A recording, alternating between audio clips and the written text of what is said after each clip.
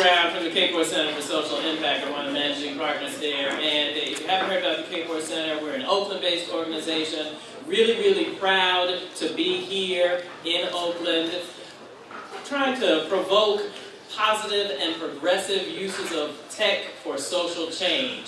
And in doing that work, some of the things that we're concerned about certainly are diversifying the tech sector and making sure that the tech industry and sector is mobilized in order to use all of the kinds of human and capital resources that that sector brings to bear for positive and progressive change when possible.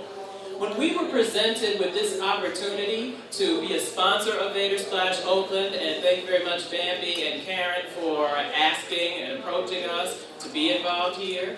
When we were approached with this opportunity, we said, yes, absolutely. This is a great chance for us to start this conversation that we've been really interested in about how we can ensure that there is a vibrant and inclusive tech ecosystem here. We all know that the tech industry, the tech sector is an economic engine for the United States and indeed globally. We see that the effects are starting to come into Oakland, be rooted in Oakland, pop up, bubble up, grow in Oakland. And we wanted to ask, how can we ensure that folks from the San Leandro to the Berkeley borders, from the port to the hills, are included, both folks who are newly arrived and folks who've been here for a long time, included in this burgeoning tech ecosystem and all of the kinds of benefits that it brings. So we decided to try to put together a group of folks from different sectors here in Oakland who could provide perspectives from their vantage points on what a vibrant, inclusive tech ecosystem could look like. One of the goals for us doing this is to kick off a longer kind of listening campaign where we're soliciting the perspectives and opinions of multiple stakeholders, multiple residents, multiple folks in the Oakland community about how we can, as a community, go about developing this kind of platform, framework, etc., so that we all have a touchstone as a guide for including everyone in on this sector and ecosystem. So we're really excited about this assembled group of folks we have today, but before we go any further and introduce them, I wanted to say a couple other things. First, I want to introduce Karen Bertman, who's one of the executive producers of Vator Oakland. She's also one of the co-chairs of 2 Oakland, one of our partners in this endeavor. I'm so delighted to be here. I was excited to get involved with Vator Oakland. I've been an Oakland resident for almost 17 years. I've been talking to the press a lot about Vator and about what's been happening in Oakland and about the assets that we have here, about that we're getting a lot of people coming here to Oakland because it's more affordable, because it's less expensive, and they're staying for the assets. So, and we all know the assets about the art and the food and the culture and the diversity. But I think one of the assets that I thought about in the last few days is this is a place that's uniquely equipped to have difficult conversations. And what I mean by that is that Oakland is a place that has embraced its diversity. It is fiercely authentic. And I think people that live here are devoted to maintaining that and to being a place where difficult and challenging conversations can happen. And I'm probably proud as much of that as I am about all the other things that we bring to the table here. So I just want to say thank you very much to Pt1 Center. Thank you, Cedric, Mario, for bringing this wonderful panel. Thank you here in the audience for showing up here in Oakland. We've had lots and lots of venture money here. We've had lots of people coming through here, and I'm very proud and happy at this moment to be part of my adopted hometown of Oakland. Thank you. Thank you, Karen. So I'm going to try to compete with the train a little bit. A little bit about the format for this afternoon. No, we're not going to have all 8 people on one panel and speaking at the same time. We're going to call them up in groups of 4 to give, to share comments over a period of 5 minutes apiece. So we're trying to keep these short and pithy and full of the kind of wit and wisdom that we know folks have. I'll introduce 4. They will each speak then introduce another set of 4, they will speak. And then we're going to call our partner, Susan Mernitt, the founder of Oakland Local, our partner on Live Work Oakland, and just an entrepreneur visionary herself, up to do some question asking of this assembled group of panelists. We won't have questions from the audience until after all of that, if we have time. So just think of yourselves as being at kind of a TED-style talk, a SED talk, or something like that. So that'll work. Okay. So without further ado, we're also not going to read out the speaker bios. They're located on our website, kporcenter.org/Vator/2014, for any of you who are interested in more information about who each of these speakers are. So, without further ado, I want to call up the first 4 speakers. Kelly Kahn, who is with the Office of the City Administrator of the City of Oakland. She's a Special Projects Director there. Jose Corona, who is the CEO of Intercity Advisors, right around the corner. Mike Gilmetti from Signature Development Group, he's the president. And Ashara Ekundayo, who's the Chief Creative Officer of Impact Hub Oakland. So, Thank you. Hi, everyone. I'm Kelly Kahn. I'm with the City of Oakland. I'm the lone government official on the panel, but great company. And I'm an urban planner, urban designer by training. My career has morphed over the years, and now I'm really charged with working on several key economic development initiatives for the City of Oakland. And what that means is really, I spend a lot of time thinking about how to grow the tax base in Oakland, bring investment to Oakland, so that we have more funding for basic services, longer library hours, park maintenance, programming at our rec centers for young people and people who live in Oakland. And as an urban planner, I really want to do this kind of work always with the lens of how do we preserve what is so great about Oakland, and actually what drew me to this job. I'm a longtime Oakland resident, but I have been working in San Francisco for the last 8 years, and I've been now at the City of Oakland for about a year. And the reason I wanted to come here is probably the reason Vator wanted to come here, and a lot of people are coming, which is that there's something really special and unique happening in Oakland, and I want to explore it. As the first one up here, I just wanted to say how excited we are to have Vator Splash in Oakland, and acknowledge how much Vator has really embraced Oakland and celebrated Oakland, and it feels so good to sort of be seen, to have what we know is so terrific about Oakland be seen by the Vator organizers, so thank you. So I think I want to step back a little bit and just talk about what I think a lot of us already know, but this question of why Oakland? Why is Oakland sort of so right to grow a tech industry here? And I wanted to sort of make a point that in Oakland, the tech industry is definitely an emerging industry. It hasn't fully arrived yet, although I feel like in the last few weeks things might be changing. And we do have a large number of tech companies here, Pandora, Sungevity, who I sort of throw in the mix, Ask.com, and day by day we have a ton of new startups. But it's still, when you look at the numbers, it's only still about 2.5% of our workforce are jobs in tech. And that number is probably changing day by day, and it's hard to get a real grasp on, but that's a fairly small percent of our workforce. That's compared to about 8% in San Francisco, still small, but in real numbers, that's quite a lot more jobs in San Francisco in tech. But Oakland is ripe for growth in this sector. And I think a lot of us know the reasons, but one of the most interesting trends, or at least trends to me as an urban planner, is that we're seeing these real changes in the workforce. That today's workforce, the millennials, are urbanists, right? They're choosing cities. They're choosing cities because of the diversity of experiences, the diversity of people. They're choosing this sort of city life, the sense of discovery that comes with that, the richness and vibrancy on our streets, over these slightly more sterile suburban landscapes where the tech industry has traditionally been housed in big industrial sort of campuses, seas of parking around them. It's a very different way and place to work than places like San Francisco and Oakland. And one of the reasons that I think this city life is such a draw and is so important to the tech industry in particular is that kind of sort of creativity really breeds more innovation. And it allows for spontaneous interactions, exposure to new ideas, just maybe on your lunch hour or before work or after work. And this is exactly what Oakland offers, right? Art and vibrancy and authenticity. And what the other amazing thing about Oakland is that we have people doing creative work across disciplines, not just in tech, but the arts and in food and biotech, solar, public health. We have a huge nonprofit sector doing really creative work around poverty and youth and community financing. We have some of the preeminent thinkers about how you keep wealth local in an economy, about community IPOs. Kiva Zip has a presence here.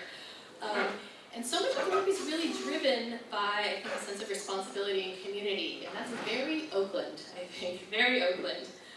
Another trend that is quite interesting is that these workers want to live where they work, and they don't want to be auto-dependent, and they want to be places where they can bike and take transit and walk.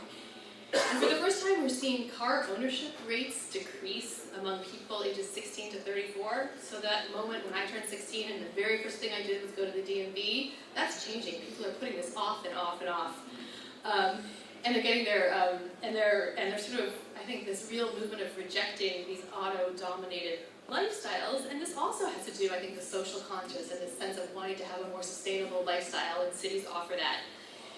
And this implication of what it adds up to for Oakland is that I think for the first time, companies are beginning to follow workers, so that the talent is starting to drive locational decisions, and workers are starting to choose quality places like Oakland. And then you layer on Oakland's financial accessibility, which we all talk about, that the commercial rents are half here what they are in San Francisco, and housing costs also almost half still. And this allows people who come to Oakland to take risks, to be innovative, to be creative, and still have a decent quality of life. And this is really important. So I haven't even got to my vision yet.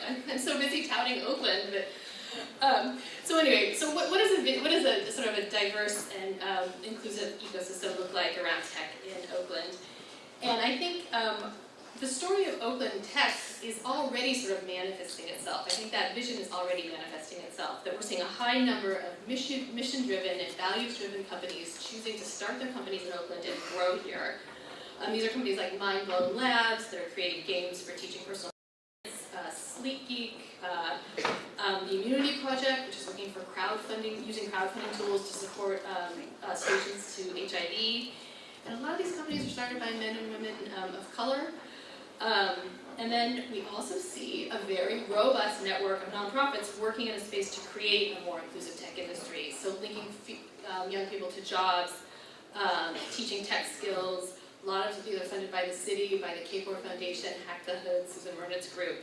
And then the maker and art scene, the artist scene here, is really important to our ecosystem, not just because they sort of fuel the creative spirit, but these artists are using and creating new technologies around 3D printers and robotics. And so making sure that we maintain space, affordable space, industrial space for these people through our land use decisions is really key. So I want to sort of end on, I think, what the city's role in all of this is to create this more equitable ecosystem. And I think if we don't want to see what is so special about Oakland, its diversity, its ability to be a creative person here, eroded by unequal access to jobs and to housing. So first, I think the city needs to be a real leader in connecting people and residents to the infrastructure that is out there, that is getting more and more vivid by the day. So working with the Oakland Unified School District to link companies with internships, linking teachers to externships, where they get to go be in companies and learn cutting-edge technologies that they can be back into the classroom and inspire their students. I think the next, though, major thing that I think the city has to do, and this is not the responsibility of the tech industry, is really put forth a progressive housing policy to make sure that people who live here are protected and have access to housing that's affordable and of a high quality. And there's real pressure forming around our housing market right now in Oakland. Vacancy rates are very low, rents are going up, but yet there are only about 160 market rate units under construction right now in Oakland compared to thousands in San Francisco. The good news is there's 800 units of affordable housing under construction, but there needs to be sort of a proactive, aggressive policy around getting more housing developed. And the city is doing this. We're trying to streamline the development process so we can get more housing built to stabilize the demand and get the rents under control. We also have to be a leader in finding new sources to fund affordable housing. With the loss of redevelopment, one of the major engines for getting affordable housing built is gone.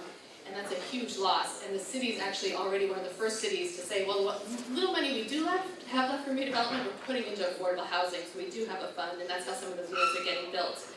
And also tightening up those rent control laws, which our city council has already taken.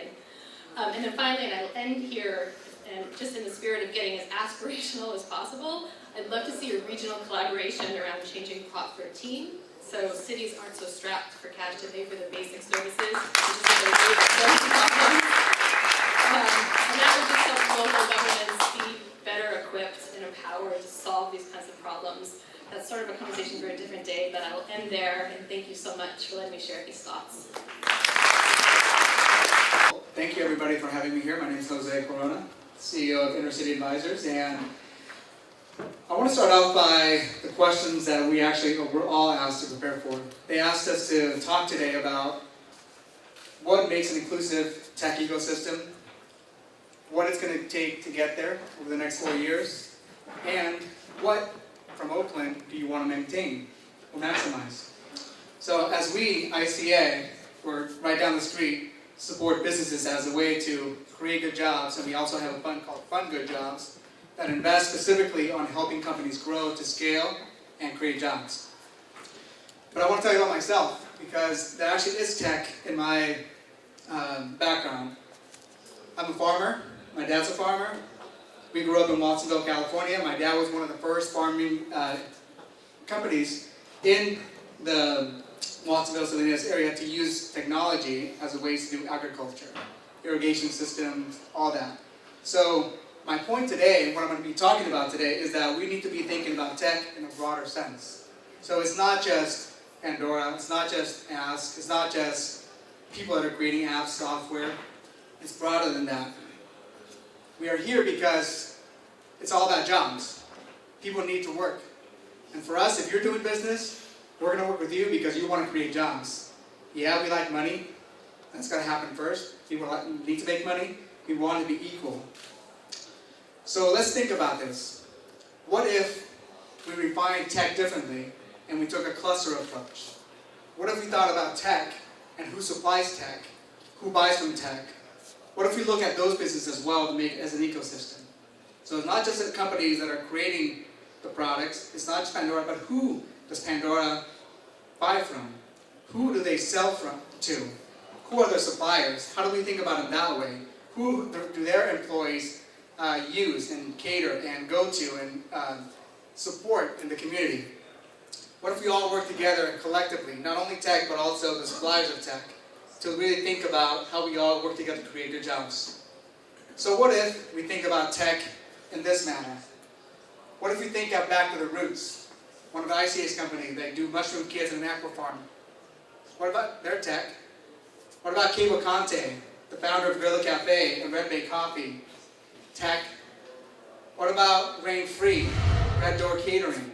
They supply a lot of tech companies. They cater to a lot of them, actually some of the major ones. What about Oaklandish, Angela Say? What about Meredith and Tanya from Med Support Services that provide behavioral services to kids with autism disorders? What about Nina Joyner from Fillmore 510? Tech people need some adult toys sometimes. Right? What about Farhai, whose business is about cleaning carpets? A lot of their customers are tech. They go to people's offices and clean them, and they create jobs, and they pay good wages, above living wage, with health benefits. What about Otay's Taqueria in the Fruitville? Let's not forget about the neighborhoods. All tech is not just in uptown and downtown. How do the communities and neighborhoods benefit? East Oakland, West Oakland, the Diamond. I'm glad to see Libby here. She's my councilwoman of that. What about Alfonso Dominguez and Angela, the creators of Pop-Up Hood? That's how a lot of businesses get started. How do we think about it in tech? So, how do we think about our future? The kids. All these kids that are actually eating Revolution foods in their schools. That's the future of tech. Our tech community, the workers, the ones who start the companies, and the people who actually work there, that's what they're going to look like. So how do we start preparing them for the future? And, again, to the question, What do we want to maintain about Oakland? And what if we keep the A's here? That has a huge impact on how we can actually think about the community. So I want to thank you, and I'm looking forward to the discussion. Thank you, Kelly. Thank you, Cedric. Thank you, everybody. I appreciate you all.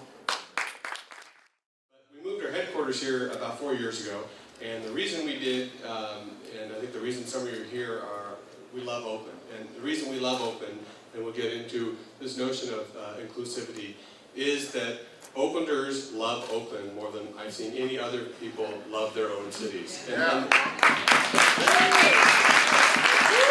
there's an energy here that is very, well, I'm addicted to it. And when I go to other places, I'm fortunate, can travel for business or pleasure to other places, I always miss it and want to come back. And the other reason that we, is this moving? Yeah. So the other reason we love it is, and I'm not a tech person, I think this is just set on slides, so is that one, people love it, and two, people are here for a purpose. Right? They didn't have to be here 10 years ago. There are a lot of other places that some would say are better, I don't, that were either safer or more developed or more intriguing, and people are here because they wanted to be here, and so therefore what developed out of that from an evolutionary purpose is a sense of purpose. People have a mission, and a lot of the companies that are here that we find locating are ones that could be tech oriented, but they also have kind of a social mission. And again, as Jose pointed out, these are companies that want to make money, need to make money, and this whole model of sustainability, economic sustainability, is certainly number one, or you can't keep doing good works. But they're focused on doing bigger things for the world, and that is very impressive. So why I think I'm here is because I'm a developer, not a software developer, a real estate developer, and we create physical spaces. And I think that's very important to the notion of inclusivity. Kelly pointed out housing. There's a lot more diversity of housing product going on here. We have a project just down the street that'll be 3.5 million square feet. It'll look like Mission Bay. High-rise, mid-rise, live-work lofts. There's another shot of an artist may envision it. It's going to grow up with its own architecture. Parks as big as the Marina Green, etc., to create a great living environment for future residents, existing residents, etc. This notion of housing shortages and supply and demand, thank God, are actually getting into the parlance of our discussion about housing prices. We need more of it. Seattle doesn't have the problem that San Francisco has because it creates more. It has tech jobs there too and high-paying jobs, but the prices don't work like they do in San Francisco. So we need more supply, and we need a bigger diversity of supply. This is the only kind of product you can build in San Francisco. Put it here first because it's kind of a sexy project and kind of cool, but it's the only kind of product that can be built in San Francisco. And we've built over a dozen projects in Oakland, from East Oakland to West Oakland to Central Oakland and Fruitvale to the waterfront and downtown. And we can build townhomes and single-family homes in certain areas. We can build high-rise and mid-rise. We can build lofts and cool tech-type space. And I think that's the key to this notion of inclusivity and bringing in a wide variety of people. This is our new Hive project, which Ashara will talk to you about in a second, because they've moved their offices, hub. I thought this was a pointer, but they're right here. And this was just awesome 1970s architecture that we brought back to life. This is kind of a mid-range when we tore down those facades. And this is what it looks like today. And we're still doing the landscaping and the signage and whatnot. And this is actually a building built by Julian Morgan, or designed by Julian Morgan, that we're going to be restoring, just across the alley. This, I don't want to steal Ashara's thunder, but this is a workspace that we were lucky enough to team up with Impact Hub in Oakland here to create a co-working space, co-location space. And all of these folks in here have a social mission as well as an entrepreneurial mission. And these are the types of spaces and diversity of spaces that I think will make Oakland, continue Oakland's trajectory. This is a slide of our Hive project. That alley in the middle is going to be, Keva is going to be doing some of his Red Bay coffee roasting in a empty, or a repurposed shipping container. We're going to activate that space. You can have a restaurant space out there, and certainly coffee and other uses. Be able to have speakers and events and things like that.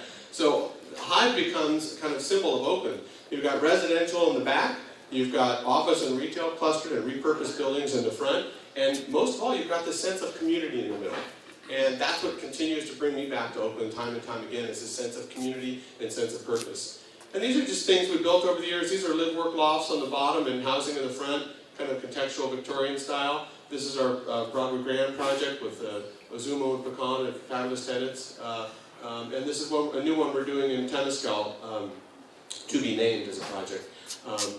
And so I think the point being is sense of purpose, excitement and energy about Oakland, and this notion of providing a broad palette of workspaces. I don't see that in San Francisco as much. I love San Francisco. I'm not denigrating it at all. But I don't see the diversity of spaces anymore. We did 15, 20 years ago, but the new housing, really because of the costs of construction and land and candidly some of the government issues there, are far more expensive to build, so therefore the only types of housing that can be created are very expensive types of housing. And here we have a lot more land, a lot more variety of types and contexts, and so I think we're going to get a lot more variety of housing to create workspaces and living spaces for a broader palette of people. And I think that is something we're quite excited to be a part of. So thank you very much for having us, and Vator, thank you for coming to Oakland. Certainly Pt1 for helping to host this symposium. So good afternoon again. My name is Ashara Ikundayo. I'm co-founder and chief creative officer at Impact Hub Oakland. And I'm just really thrilled to be part of this conversation with you all today. And what I'm hearing already, and I'm sure I will continue to hear, what you all have probably taken in from your day and a half or 2 days here at Vator Splash, is that we define the culture. So being someone who describes herself as a cultural worker, it's always very important for me to think about what it is about culture that actually brings us back to ourselves. So, Mike, for you to talk about Impact Hub Oakland as one of the physical spaces that your company has worked so diligently with our team to develop is important. I'm actually going to talk about the mindfulness aspect of what works here and what I believe is going to be the way in which Oakland is going to continue to be a vibrant and resilient city in terms of tech and every other industry that is part of the community here.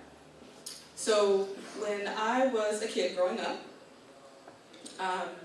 in Detroit, Michigan on the west side, my mother would take my sister and me to my cousin's house to visit our family on the weekends. So, she could have her weekend or whatever.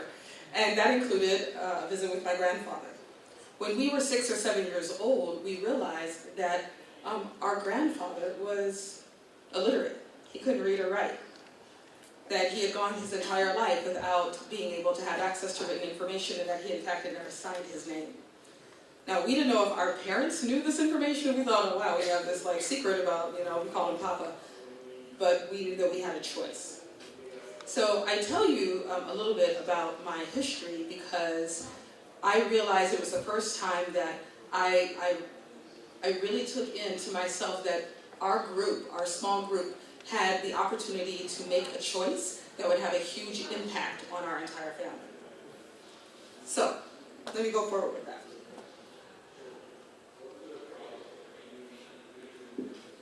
This is a picture of my parents before I was born, apparently. So, they were always talking with me about how I had to be on the lookout for my sister. My little sister, she's 3 years younger than I am. Everything that I do, she's going to do. Everything that you say, she's going to say. You influence her. You have absolute impact on your little sister. So I'm still all about that, taking care of my sisters, looking out for them, looking out for the people and whatnot.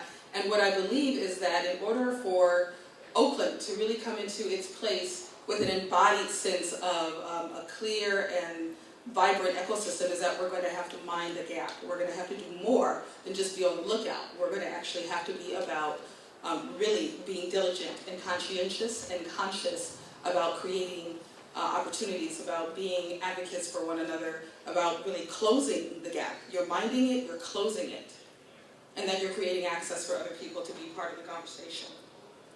That is what we talk about when we talk about equity. So we do that being engaged with people, with place, and with space.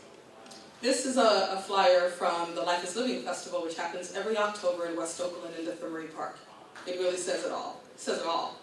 Oakland is proud. You know, Mike, you spoke about that as well. I chose to move to Oakland almost 4 years ago from Denver, Colorado. I had been coming here for years. I'd been consulting. I was falling in love with the city because of its heritage, because of its legacy, because we're not taking it, it's not happening on my watch here. Like, people are just like not having any shenanigans about it. And there's going to be a protest about it if you try. And I just really believe and support that. So what I want to say about the uniqueness that is Oakland is that we sit in the intersection of the edge. It's a permaculture principle in which we celebrate and cultivate and nurture the two systems in the place in the middle where two divergent systems come together. That we sit between San Francisco and the South Bay. And that we have this special Oak Street style, and we need to continue to cultivate and celebrate that. So it happens that way, that in Minding the Gap, we want to make sure to not misstep or step badly, so that we don't have to deal in the same way with the deep problems that are actually fueled by the tech industry around housing, around development, around racial inequity, that our neighbors are having to deal with in the South Bay, in San Francisco. We're not having it here. So it's already part of the conversation, but it's being talked about because we are about having hard conversations here, as Karen said at the beginning, of our session together.